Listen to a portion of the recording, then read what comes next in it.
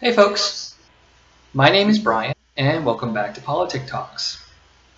So in this week's video, I'm going to be talking about the results of the election which was recently held in Newfoundland and Labrador. I'm going to briefly be going over the results, and then I'm going to be talking a little bit more about what the results might actually mean going forward for the new government that was put in place in the last election. Let's get started. Okay, so as a result of the election that was held a few days ago, the Liberal government now holds 20 seats. The Progressive Conservative Party, which is now the official opposition, holds 15 seats. The New Democratic Party, also known as the NDP, holds 3 seats.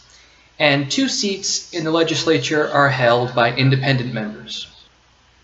So if you're asking me, the big news from this election was that the Liberal Party is now in a minority government situation as opposed to in the last government in which they held a majority of the seats. In a minority government situation, the party that forms the government has more seats than any other individual party in the opposition side of the House, but does not control more seats than all of the opposition parties put together. The reason this is important primarily is because the Liberal government under Premier Dwight Ball decided to call an early election, which they didn't have to do. Constitutionally speaking, they didn't actually have to have an election until later this year when their term had expired because they had a majority of seats in the House. And now that they've called an election and actually managed to win fewer seats than they had in the previous government, now passing the budget, which they now have to do, gets much more complicated, because they need to win the support of several members of the opposition, or at least one member of the opposition, in order to get a majority of votes. In my mind, in terms of the result that is best for the people of the province, I think this is probably the best case scenario, because I think democracy works best when the parties have to actually work together in order to achieve anything. The Liberals now have to be extremely cautious about what they put into their budget because they know they need to win the support of a few of the other members of the House that are not forming the government.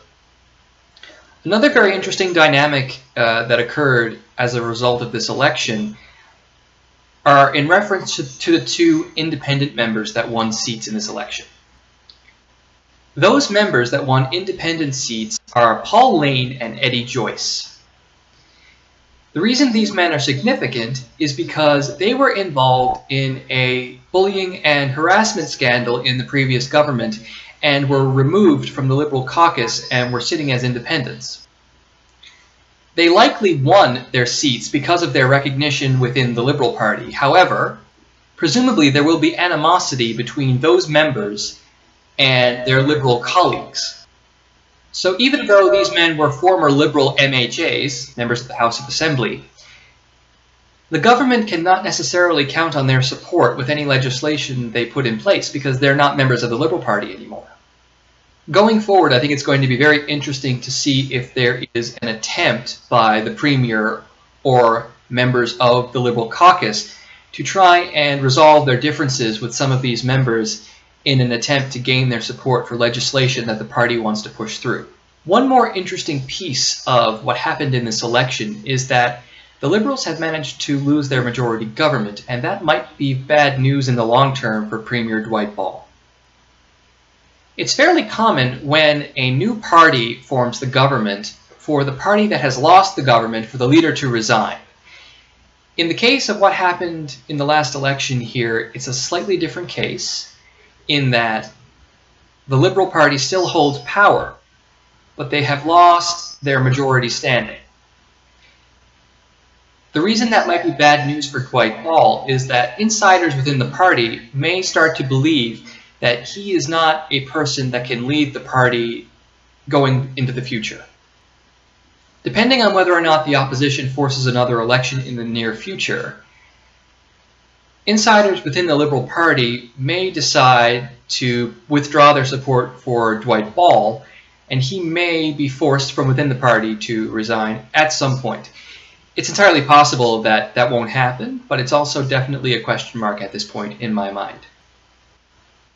Anyway, guys, those were the big takeaways, in my mind, from the election the other day. If there's anybody who wants to have a discussion about what I've said here, you're free to disagree with me in the comments, and I'll be sure to get back to you. If you've liked what you've seen in this one, please feel free to like and subscribe, and hopefully I'll see you in the next one. Take care, guys.